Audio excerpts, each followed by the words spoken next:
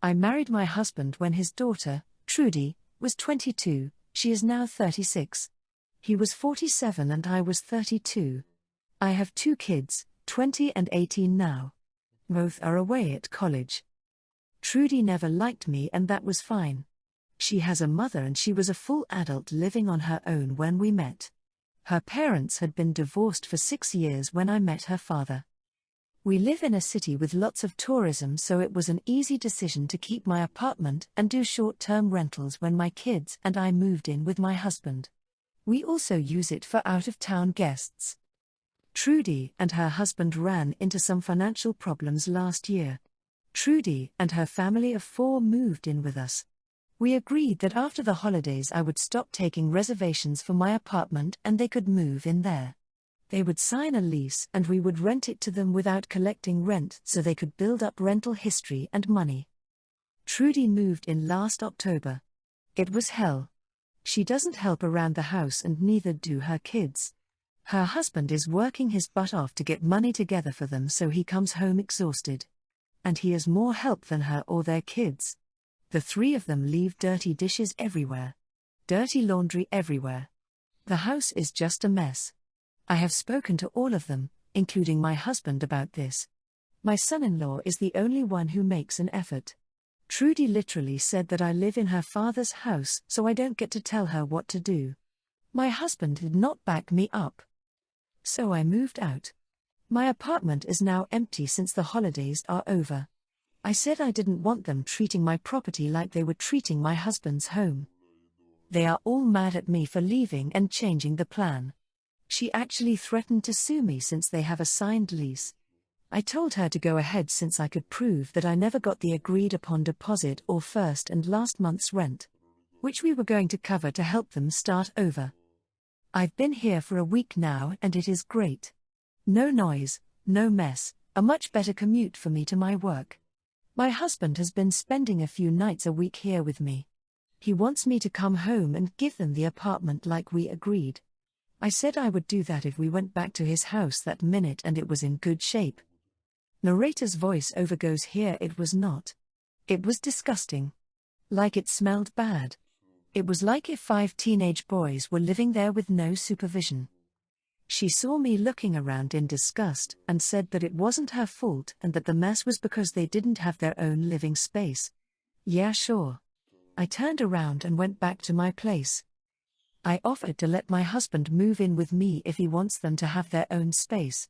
He won't because he is retired and likes where he is. So like I said, they are all mad at me.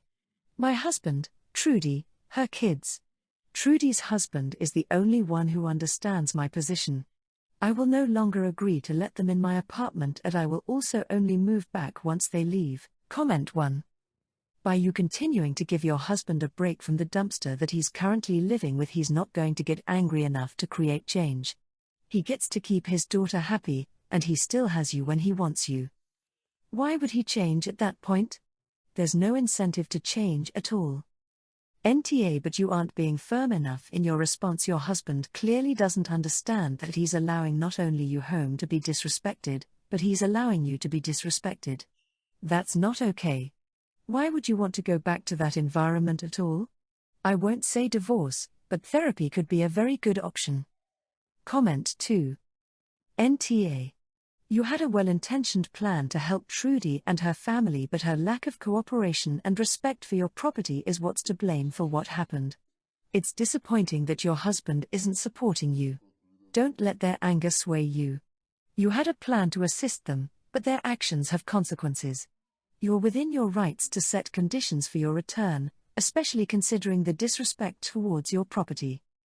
Comment 3. NTA. Yeah, you should help family, but they don't act like they are your family. The opposite, Trudy shows you that she very much not plan on seeing you as part of the family, so why should you give up your place, an additional income for them to live like that? And by the sound of it, they would trash your place as well. So you would have to pay for renovation after not getting any rent from them. I grew up in a big blended family where we all consider ourselves siblings, and I consider my stepmom my mom. All of us kids are close except for one, my stepsister Liana, Fake name. My parents think it's just because she didn't grow up with the rest of us, but that it's fine, and it's not. Yes, by the time she came to live with us, she was almost 18, but it's not because of that. It's because she cost the rest of us our futures. See, when she came to live with us, she had been independently homeschooled. She was said to be very smart, but testing revealed that she only had about a 9th grade education and no transferable credits. Neither our school or the public school were willing to place her above 9th grade. Since she was only about a month from turning 18, this would mean she would be in high school until her 21st birthday and would more likely than not have to drop out anyway. The only other option was to have her get a GED. They were devastated, especially because she had an offer from family friends to get her into and through college if she did a specific program that she did have advanced education in. If she didn't graduate that year, they would question how bad it was and likely rescind the offer. The only other option was for her to get a GED, which would force the family friend to rescind the offer even if they still wanted to help because she could never get accepted with a GED. My parents worried over this, until someone they knew who was the admin of another private school offered to help out. They offered to enroll her as a senior and she could spend the year catching up. Provided they saw it in their hearts to give a donation, of course. $100K later, she graduated from an accredited high school and moved on to college. My family is just normal middle class, so paying that meant that the rest of us had to take out massive student loans, and my youngest siblings even had to switch to public school. My older brother got some help before this, but there wasn't a dime for the rest of us. My parents justify it by saying that they had to do it because it was their job to give all of their kids as close to an equal start to their lives as possible, and this was the only option to do that for her. My mom asked why we all have strained relationships with Liana, and it finally came out that truthfully, we resent her for the huge financial load on us and the entire family that she caused. It's been 10 years and she's never even tried to apologize or make amends, and it's grating. Now my father says that Mom has fallen into a depression because nobody loves Liana but her and that we weren't a family despite everything she's ever done. We are a family, just not with Liana. Are we really in the wrong? Comment 1. I kept waiting for the point in the story where Liana did something terrible to you and your siblings to make you hate her. That point never came. Someone clearly did Liana very wrong by homeschooling her rather than sending her to a real school, and it's really sad that your parents had to stump up so much money to rectify this damage. You said she graduated and moved on to college, so clearly she didn't piss away the money your parents spent on her. I can understand how it feels unfair that this money was spent on her and you didn't get it, but realistically all that it did was get her to the same place that you got anyway without it. That is a high school diploma. They didn't pay for her college. Finally, it doesn't sound like your future has been destroyed because you went to college too, and if you really had massive loans, then your small share of that 100,000 would have barely made a dent. Your resentment dripped from your post and is entirely misplaced. Grow up. Comment 2. Liana may not have been the one to do the action, but she 100% knows that her siblings got nothing because she got so much. Liana isn't an maybe, and I'm sorry our parents failed you by helping me would have been appropriate, but neither is op. The parents are 100%. Comment 3. 100K divided by at least 4 more kids would have been 25K each. Younger siblings, op, older brother, might even be more. Is a nice amount of money, but from what I can tell that barely covers 1 year of education. They would have had to take out massive loans anyway. So my 25F husband, 26M, is upset with me because last night his mom called him to ask us if we wanted to attend a family event later this week. I told him we could, but he sensed some lack of enthusiasm from me or just got the general feeling that I already wasn't looking forward to it. He asked me why I always act like that when some kind of event involving his family comes up. I finally told him it's because his mom will make me uncomfortable when we go to these events. She's always commenting about our toddler son's weight, who is nearly 2.5, and how he doesn't eat enough. We recently took a out-of-state trip for the holidays and stayed with some of his family. For a total of 3 days I feel like they non-stop talked about our toddler's eating habits and how he's so skinny. She made comments like he used to be such a good eater, and by used to she means when he was 6 to 7 months old and barely starting to even taste food. She even specifically asked if he weighs 40 pounds yet, to which I replied I think he would be considered overweight if he weighed 40 pounds after a quick Google search that said an average child will weigh 40 pounds closer to 4 years of age. My son was born very small at only 5 pounds 7 ounces and is super active, non-stop playing all day. He probably weighs around 26 or 27 pounds, which his pediatrician says is average, and has never once showed concern regarding his weight/eating habits. Not only around his family does she do this, but every time we take him to her house, which is not that often but maybe 3 or 4 times a month, she never fails to comment that he's wasting away, or every time she sees him he is much thinner than before.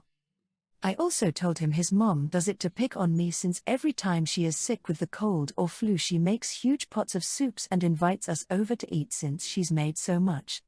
Last time we were thinking of somewhere to go out to eat because I had cooked all week and didn't have the energy that specific day or even feel like cooking. His mom called while we were de-icing and let him know that she made a big pot of soup if we wanted to go over to eat. He said, "Oh, that's great," since we were deciding on going out to eat anyways and I was up for it, to go eat at his mom's. She then asked how I was doing because I had just recently gotten over having COVID. Mind you, I am currently 7 months pregnant with our second.